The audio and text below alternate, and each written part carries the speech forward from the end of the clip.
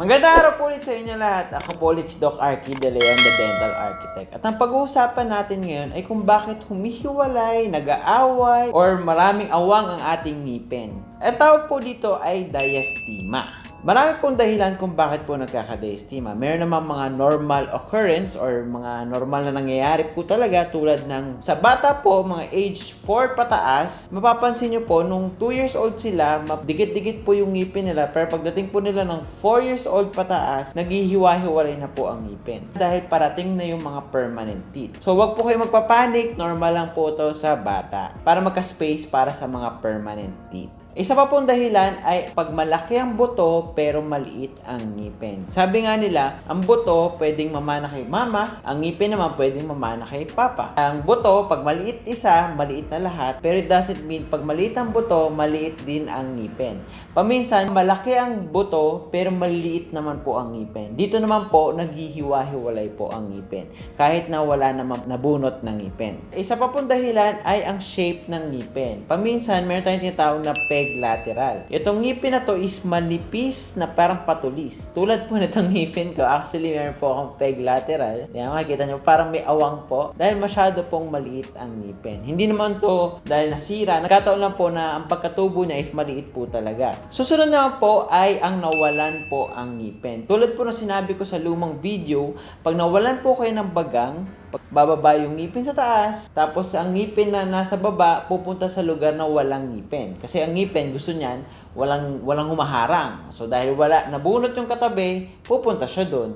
Tapos yung katabi naman niya, dahil nagkaroon sila ng space, pupunta siya doon hanggang umabot sa harapan. Kaya paminsan, nung hindi pa po kayo nabunutan, dikit-dikit pa yung ngipin, pero nung nabunutan kayo, naghiwa-hiwalay na po siya. Kaya sinasabi po namin, pag nabunutan kayo, pupustisuhan nyo kagad para wala na po kayong ganitong problema.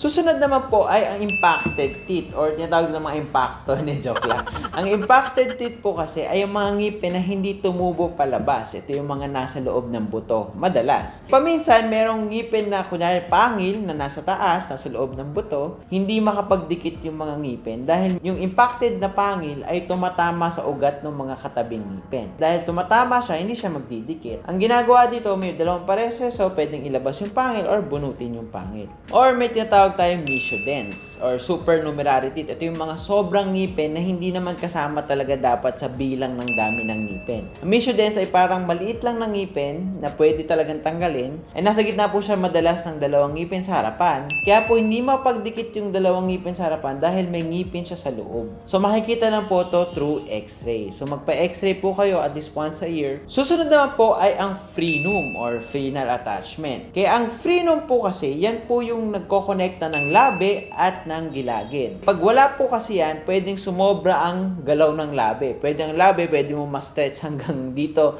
kung wala po tayong frenum. So yung frenum ay parang nagko-control para hindi siya masyadong lumagpas sa galaw. Problema, ang frenum paminsan masyadong mababa ang attachment. Masyadong malapit sa ngipin. Dapat medyo mataas. Ito ang normal, ito naman po ang mababa. Pag mababa po ang attachment niya at malapit sa ngipin, bawat galaw ng labi mo, nasi-stretch po yung frenum, kakapal yung gilagid itutulak yung dalawang ngipin palayo. Kaya po, check nyo po lagi kung ganito ba yung frenum nyo or ganito po. Pagka ganito po, pwede nyo pong paayos yan sa dentista. Susunod naman, yung mga nakaugalian, mga hindi magandang kaugalian, tulad ng thumb sucking. Normal to, mga age 1 to 2. Pero pag lumagpas ng mga 3 years old, 4 years old, mas maganda pong mapigilan na po ang bata. Dahil lumalaki pa yung bata, madali pang mamanipula ang pagtubo ng buto. Every time na thumb sucking siya, natutulak yung buto paharap. So dahil ang ngipin pumaharap, nagkakaroon din po ng spaces ang mga ngipin. Masyado kasi siyang na-forward. Kaya ganun din rin po sa lip biting at tongue thrusting, yung mga ginagawa niyang dila lagi. So nagkakos po siya ng pag-forward, magkakaroon po ng spaces. Meron din naman pong night grinding. Ito yung ngumunguya kahit tulog. Maririnig nyo to. Hindi nyo alam to. Ang makakaalam nyo to, yung kasama nyo matulog. Pero kayo mismo, paminsan hindi nyo malalaman. So, ang night grinding, yan po yung ngumunguya pag tulog. Dahil ang shape niyan ay pa-V, ang tumatama lang sa ngipin ay yung taas na part. Pag napudpod na siya to the point na wala na yung part na dumitikit, magmumukha siyang hiwalay. Kahit hindi naman gumalaw yung ngipin. Napudpod lang yung ngipin kasi pa V ang ngipin, nawala na yung top part kaya nagbumukhang may hiwa-hiwalay na po siya. Susunod ba ay mga tumor. So, hindi lang naman sa ibang parte nagkakatumor, dito sa buto sa taas, nagkakatumor din po. Ang tumor, hindi laging masakit. Paminsan, wala nga pong sakit yan or hindi namumula, hindi nyo napapansin, lumalaki na lang po siya.